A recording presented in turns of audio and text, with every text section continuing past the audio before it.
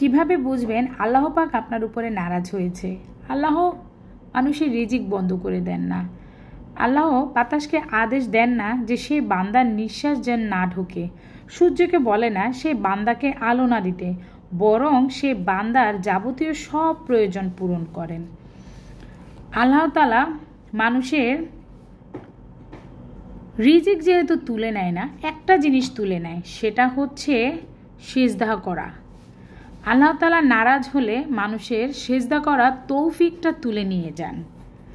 আর যখন বুঝবেন সিজদা করার তৌফিক উঠে গিয়েছে, তার মানে হচ্ছে সেই বান্দা রবকে ভুলে গিয়েছে। বান্দা দুনিয়ায় সব কিছু করতে সক্ষম, শুধু তার রবকে সিজদা করা ব্যতীত। কিয়ামতের দিন সেই বেনামাজির বান্দার হাসর হবে নমরুদ, আর বড় বড় নাফরমানদের সাথে তার জায়গা হবে। দিন শেষে আমরা কি বুঝলাম? দিন শেষে সেই বিজয়ী যে 5 ওয়াক্ত নামাজ আদায় করবে, আল্লাহকে সিজদা করবে।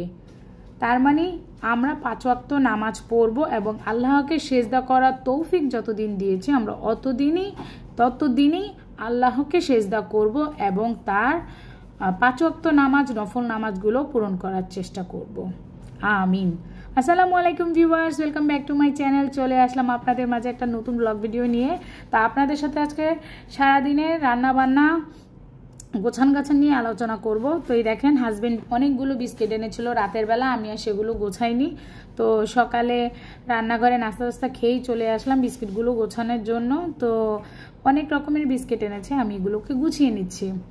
তৌফিক কয়েকটা নিয়ে খাচ্ছে, আমিও ট্রাই করলাম। এরপর হেল্পিং হ্যান্ড আমার জিনিসপত্রগুলো গুছিয়ে দিয়েছে, কুটাকাটা করে দিয়েছে, আমি জাস্ট বসাচ্ছি। আজকে একটু মুরগি রান্না করব। তো মুরগি আমার অর্ধেক হয়েও গিয়েছে, আমি সবগুলো উপকরণ আর দেখাইনি, জানেনি তো কীভাবে রান্না করতে হয়। প্রতিদিনকার যে সমস্ত উপকরণ দিয়ে আমরা রান্না করি সেভাবেই রান্না করে নেবেন।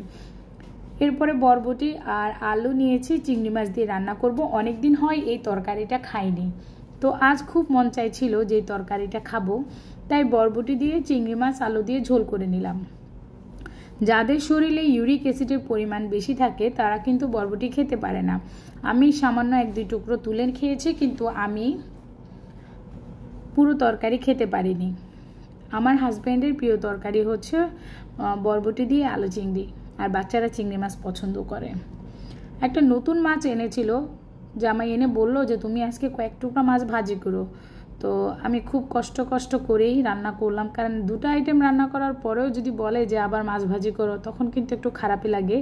যাই হোক, গরমটা যেহেতু খুব বেড়ে গিয়েছে, কিছুই করার নেই, মাছ ভেজে নিলাম। বেচারা যেহেতু বলেছে মুখ ভেঙেই যে খাবে, শিরোধার্য, স্বামীর আদেশ মানাটাও কিন্তু আল্লাহ বলেছেন যে সোয়াবের ব্যাপার, এবং স্বামী অখুশি হলেও আল্লাহ নারাজ হয়ে যান। তা কি করব, আদেশ পালন করতে গিয়ে মাছ ভাজতে পুড়েই ফেলছি। কি একটা দশা, একটুখানি লেগে গিয়েছে।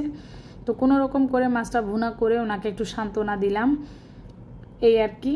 তো খাবার দাবার করব, সেই জন্য হচ্ছে টেবিলে আমি জিনিসগুলো সাজাচ্ছি, আগে ভাগে নিয়ে রাখছি। কারণ হচ্ছে যে এটা শুক্রবার দিনের ভিডিও আমার। টোটাল সারাদিনটা আমি শুক্রবার কি নিয়ে এত পীড়া ছিলাম সেগুলোই আপনাদের সাথে শেয়ার করছি। তো মাছগুলোকে খুব সুন্দর করে গুছিয়ে গাছিয়ে আমি এখন টেবিলের দিকে নিয়ে যাব। আরও একটা রান্না বাকি রয়ে গিয়েছে, সেটা হচ্ছে পোলাও। তো বাচ্চাদের বলেছিলাম অনেকদিন পোলাও রান্না করা হয় না, কিনে খেয়েছি কিন্তু রান্নাটা করিনি। তো আজ তোমাদেরকে, শুক্রবার যেহেতু পরীক্ষাও চলে আসছে ছেলে মেয়ের, তো মেয়ের টেস্ট শুরু হয়ে যাবে 18-19 তারিখ থেকে। তো তার জন্য চিন্তা করলাম একটু পোলাও মুরগি খাইয়েই দিই। তো এখানে পোলাও রান্না করছি, তেলে পেঁয়াজ, কাঁচামরিচ, একটু আদা রসুনের পেস্ট দিব। আজকে দারচিনি এলাচি কিছুই দেইনি, জাস্ট চালটা ভালো মতো ভিজিয়ে নিয়ে, মানে ভেজে নিব। আগেই ধুয়ে রেখে দিয়েছিলাম আধা ঘন্টা, এখন হচ্ছে ভালো মতো ভেজে নিয়ে পানি দিয়ে দিব পরিমাপ মতো, ব্যাস ঢাকনা দিয়ে দিব, হয়ে যাবে আমার পোলাও। তো এর মধ্যে আপু ভাইয়াদের কাছে বলছি, যারা এতক্ষণ পর্যন্ত আপনাদের মূল্যবান সময়টা আমাকে দেওয়ার চেষ্টা করেছেন, আমার সাথেই আছেন, আমার ভিডিওটা দেখছেন, তাদেরকে অসংখ্য ধন্যবাদ জানাই আমাকে সাপোর্ট করার জন্য। আপনাদের ওয়াচ টাইম আমার খুব প্রয়োজন এখন এই সময়ে এসে। আমিও ইনশাল্লাহ আপনাদের ওয়াচ টাইম ফেরত দিয়ে দিব।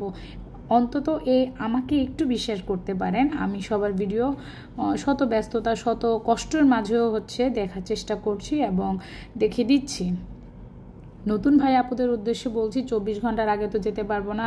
ইদানিং 24 ঘন্টা কেন 48 ঘন্টা পার হওয়ার পরও আমি ভুলে যাই, হয়তো তারপরে গিয়ে আমি সাবস্ক্রাইব করি এবং খুঁজে খুঁজে বের করি। তো আপনারা কিন্তু চলে যাবেন না, আনসাবস্ক্রাইব করবেন না, আমি ফিরে আসব। আর আমার আপু ভাইদের কাছে একটা রিকোয়েস্ট, যদি কোনো কিছুতে ভুল হয়ে যায় কিংবা মনে কষ্ট আসে, অবশ্যই ক্ষমা সৌন্দর্য দৃষ্টিতে দেখবেন। এই আপু, খালামুনি, বড় আপু, বড় মা, ছোটো মা, যাই বলেন না কেন, ভাবি, আপনাদের আমাকে ক্ষমা করে দিবেন। আর হচ্ছে যে আমার সাথেই থাকবেন। তো ছেলে আর হচ্ছে বাবা চলে এসেছে খাবারের জন্য, এবার আমিও খেয়ে নিচ্ছি। আমি অবশ্য ওটস খেয়েছি, আমার তো খাবারের অনেক বাধা। আমি একদিন শেয়ার করব কিভাবে আমি ওটস দুপুরে কিংবা রাতে খাই, ওটসটাকে কিভাবে খেলে আপনাদেরও ভালো লাগবে। তো খাওয়া দাওয়া শেষ করে রেস্ট নিয়ে সন্ধ্যায় আমার তৌফিক বলছে আমি বার্গার খাবো হঠাৎ করে। তো এই মুহূর্তে কি বার্গার, আর যেহেতু অনেক কিছু রান্না করেছি তাই আর কোনো সন্ধ্যা নাস্তা করিনি। 4-5টা বার্গার অর্ডার দিয়েছি আমাদের 5 জনের জন্য। আমার হাজব্যান্ড ওই বার্গারটা খুব পছন্দ করে। তো বার্গারটা এই যে খেয়ে টেয়ে নিলাম, সেগুলো আর স্কিপ করেছি, সেগুলো আর দেইনি। আর এটা হচ্ছে একটা চরম দুর্ঘটনার কাহিনী। আপনাদের সাথে আজকে জগা খিচুড়ি রান্না করে দেখাচ্ছি। খুব সুন্দর একটা রেসিপি, চাইলে আপনারাও তৈরি করে নিতে পারেন অপচয় রোধ করে। জানেনই তো অপচয়কারী হচ্ছে শয়তান। দেবর ফোন দিয়েছিল দুপুরের বেলা, গল্প করতে করতে ভুলে গিয়েছি ভাতের মার গালতে। ভাতটা একটু নরম হয়ে গিয়েছিল। তো রাতের বেলা কি করব, মাথায় একটা বুদ্ধি আসলো যে ছোটোবেলায় আম্মা যে জগা খিচুড়িটা খাওয়াতো, তো সেই খিচুড়িটা রান্না করি। প্রথমে কড়াইতে ভাত দিয়ে দিলাম, পানি দিয়ে দিলাম, একটু লবণ, হলুদ গুঁড়া, মরিচের গুঁড়া, জিরার গুঁড়া, আদা রসুন পেস্ট, কাঁচামরিচ, তারপরে হচ্ছে শুকনো মরিচ, চাইলে আপনারা দারচিনি এলাচি দিয়ে নেবেন। আমি যেহেতু মুরগি ছিল সেই রান্না করেছি, মুরগির কয়েক টুকরো দিয়ে নিব। আর হচ্ছে বরবটি যে রান্না করেছিলাম, বরবটি তরকারি দিয়ে দিব। আপনারা চাইলে ডাল দিয়ে দিতে পারেন। আমার রান্না ডাল ছিল না, আমি কি করেছি, এক পাশের চুলায় 2 রকমের ডাল, মুগ ডাল আর খেসারির ডাল ভেজে নিয়ে তারপরে দিয়ে দিয়েছিলাম। এভাবে কিন্তু জগা খিচুড়ি খেলে খুব ভালো লাগে। চাইলে আপনারা নগদ করে নিতে পারেন, যেমন হচ্ছে আলু, তারপরে হচ্ছে শাক, কিংবা হচ্ছে সিম, আরও অনেক আইটেম অ্যাড করে নিতে পারেন। এখন যেহেতু সবজি আছে যেগুলো টুকটাক, এই খিচুড়িটা রান্না করতে হলে পাতলা তো হবে, এই খিচুড়ি রান্না করতে হলে আপনারা অনেক ধরনের সবজি দিতে পারেন। আচার তো মাস্ট দিতে হয়। তো আমি এখানে জলপাইয়ের আচার করেছিলাম, সেই জলপাইয়ের আচারটা সুন্দর করে দিয়ে দিয়েছি। এরপরে এটা কিন্তু আরও নরম হতে থাকবে, যেহেতু ভাতটা এমনিই নরম হয়ে গিয়েছে, এবার আরও নরম হওয়ার পর্ব। তো এভাবে বেশ কিছুক্ষণই আমি রেখে দিয়েছিলাম চুলায় বলক আসার জন্য। অনেকক্ষণই বলক আসছিল এবং আরও নরম হচ্ছিল। স্বাদ বাড়ানোর জন্য একটু লবণ অ্যাড করে নিয়েছি বারবার, যাতে খেতে খুব মজা লাগে। তো এই যে রান্না করা বরবটি, সেটাও দিয়ে নিলাম। এরপরে এবার বাগার দিব। তো যেহেতু ফুটছে অনেকক্ষণ থেকে, বাগারের পর্ব চলে এসেছে। আমি পেঁয়াজ দিয়েছিলাম, রসুন দিয়েছিলাম আর শুকনো মরিচ দিয়েছিলাম বাগারের জন্য। সবগুলো উপকরণ একদম সুন্দর করে বাগার দিয়ে তারপরে দিয়ে দিয়েছিলাম। এই ধরনের জগা খিচুড়ি কে কে খেয়েছেন আমাকে অবশ্যই জানাবেন। আমি কিন্তু এই আমার সংসার জীবনে এই প্রথম 18 বছরে, মানে 17 বছর তো শেষের দিকে আমার, তো এই প্রথম আমি এই রান্নাটা করেছি এবং আমার বাচ্চাদের খাইয়েছে। ওরা মাঝে মাঝে এখন আমার উপর টাস্কি খায় যে আম্মা তুমি কী ধরনের খাবার আবিষ্কার করতেছো। তো বলি শুন, তো নানু যে ছোটোবেলা থেকে আমাকে এগুলো খাইয়ে এসেছিল, সেগুলো হচ্ছে এখন আমার মনে পড়ছে আর তোমাদের সাথেও শেয়ার করি। তো খুব হাসে যে তুমি সেদিন খাওয়াইলে ছেঁচা গোস্ত, আজকে খাওয়াইলে জগা খিচুড়ি। বাবারে বাবা, এটা কি খিচুড়ি, জীবনেও খাই নাই। তো খেয়ে দেখলো যে খুব মজা হয়েছে। আমার আপু ভাইয়ারা কে কে জগা খিচুড়ি খেয়েছেন অবশ্যই জানাবেন। আর যদি খেয়ে না থাকেন অবশ্যই অপচয় না করে এই ভাত, ডাল, তরকারি সবগুলো উপকরণকে চুলায় বসিয়ে দিয়ে ভালো মতো সবজি মিক্সড করে এভাবে তৈরি করে নিতে পারবেন সুন্দর একটা জগা খিচুড়ি। আর এই খিচুড়িকে অনেকে লেটকা খিচুড়ি নামেও জানে। তো আপনারা করে রান্না করে খেয়ে নেবেন। আজ এই পর্যন্তই, অনেক কথা বলেছি। যদি কোথাও কোনো অংশ ভুল হয়ে থাকে আমাকে অবশ্যই মাফ করে দিবেন আর আমার জন্য দোয়া করবেন, সামনে যেন এগিয়ে যেতে পারি। আজ এই পর্যন্তই, ভালো থাকেন, সুস্থ থাকেন, আল্লাহ হাফিজ।